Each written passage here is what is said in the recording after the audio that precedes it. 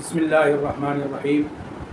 آج ہم جس واقعے کو لے کر حاضر ہوئے ہیں وہ واقعہ جو ملک کے مشہور و معروف شخصیت علامہ عطاء اللہ بندیالوی صاحب جنہیں فیصل آباد کے اندر سے FIR کے زد میں آ کر جن کی گرفتاری کی گئی، ہم اس واقعے کی بھرپور مذمت کرتے ہیں اور اداروں سے سوال کرنا چاہتے ہیں کیا یہ ملک جو اسلام کے نام پر بنا، جو لا الہ الا اللہ کے نام پر بنا، اس ملک کے اندر آج اسلام کے دفاع پر ہی پابندی کیوں؟ اس ملک کے اندر جو صحابہ کی محبت میں اپنی زندگی کو وقف کر دے، اس شخص کی زندگی کیوں تنگ کی جا رہی ہے؟ اس ملک کے اندر اسلام والوں کو کیوں تنگ کیا جا رہا ہے؟ یہ ملک جو بنا اسلام کے لیے تھا، جس کے لیے قربانی اسلام کے لیے قربانی دی گئی تھی، اس کے وجود کی ضرورت اسلام کے لیے تھی، یہ بنا ہی اسلام کے لیے تھا۔ آج اسی ملک کے اندر مجھے بتاؤ، آج اس ملک کے اندر اسلام کا نام لینے والا محفوظ کیوں نہیں؟ آج اس کے اوپر جھوٹے اور غلط مقدمات کیوں بنائے جاتے ہیں؟ کیا صحابہ کا دفاع کرنا اس ملک کے اندر جرم ہے؟ کیا اسلام کا دفاع کرنا اس ملک کے اندر جرم ہے؟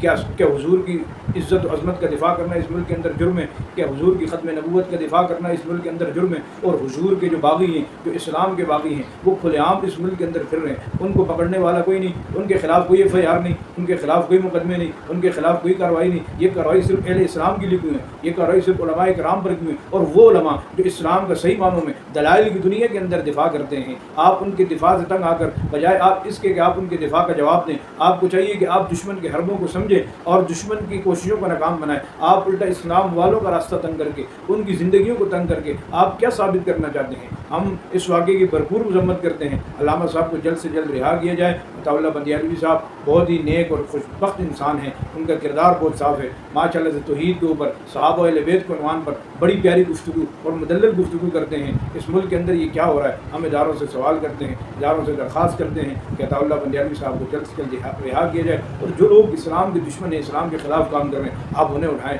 ان کے خلاف مقدمے بنائیں، ان کو روکیں۔ آپ ہمیں کیوں روکتے ہیں؟ ہم تو اسلام کے دفاع کے لیے نکلیں۔ کیا حضور علیہ السلام کی تعلیمات کو پھیلانا اس ملک کے اندر جرم بن چکا ہے؟ کیا صحابہ کے تقدس کو، صحابہ کی عزت و عظمت کو بیان کرنا اس ملک کے اندر جرم بن چکا ہے؟ اہل بیت کا دفاع کرنا اس ملک کے اندر جرم بن چکا ہے، صحابہ کا دفاع کرنا اس ملک کے اندر جرم بن چکا ہے، قرآن کا دفاع کرنا اس ملک کے اندر جرم بن چکا ہے۔ قرآن کا دفاع، اصل زندگی یہی ہے، اصل لوگ یہی ہیں کہ جن کے دفاع کے لیے اس ملک کو ضرورت ہے، مسلمانوں کو ضرورت ہے، ایمان والوں کو ضرورت ہے۔ ایمان والوں کا ایمان کامل ہی وقت جب وہ ہوگا جب وہ قرآن کا دفاع کریں گے، جب وہ نماز کا دفاع کریں گے، جب وہ حضور علیہ السلام کا دفاع کریں گے، حضور کی آل و اولاد کا دفاع کریں گے، حضور کی ختم نبوت کا جو بہت ہی پیارا اور اعلیٰ مسئلہ ہے، اس کے اوپر جب کوئی دفاع کرے گا تو اس کے دفاع کی برداشت میں آپ اسے اٹھا کر اس کے خلاف جھوٹا مقدمہ بنائیں گے۔ یہ حکومت یہ کیا ہے؟ یہ کون سا ملک ہے؟ اس ملک کے اندر کون سا نظام ہے کہ جس نظام کے خلاف ہم کیا اس نظام کو بولیں؟ یہ نہ اسلامی ہے نہ غیر اسلامی ہے، یہ کون سا نظام ہے جو ہمارے اوپر مسلط کیے گئے؟ خدا رہا اس نظام کو بدلو،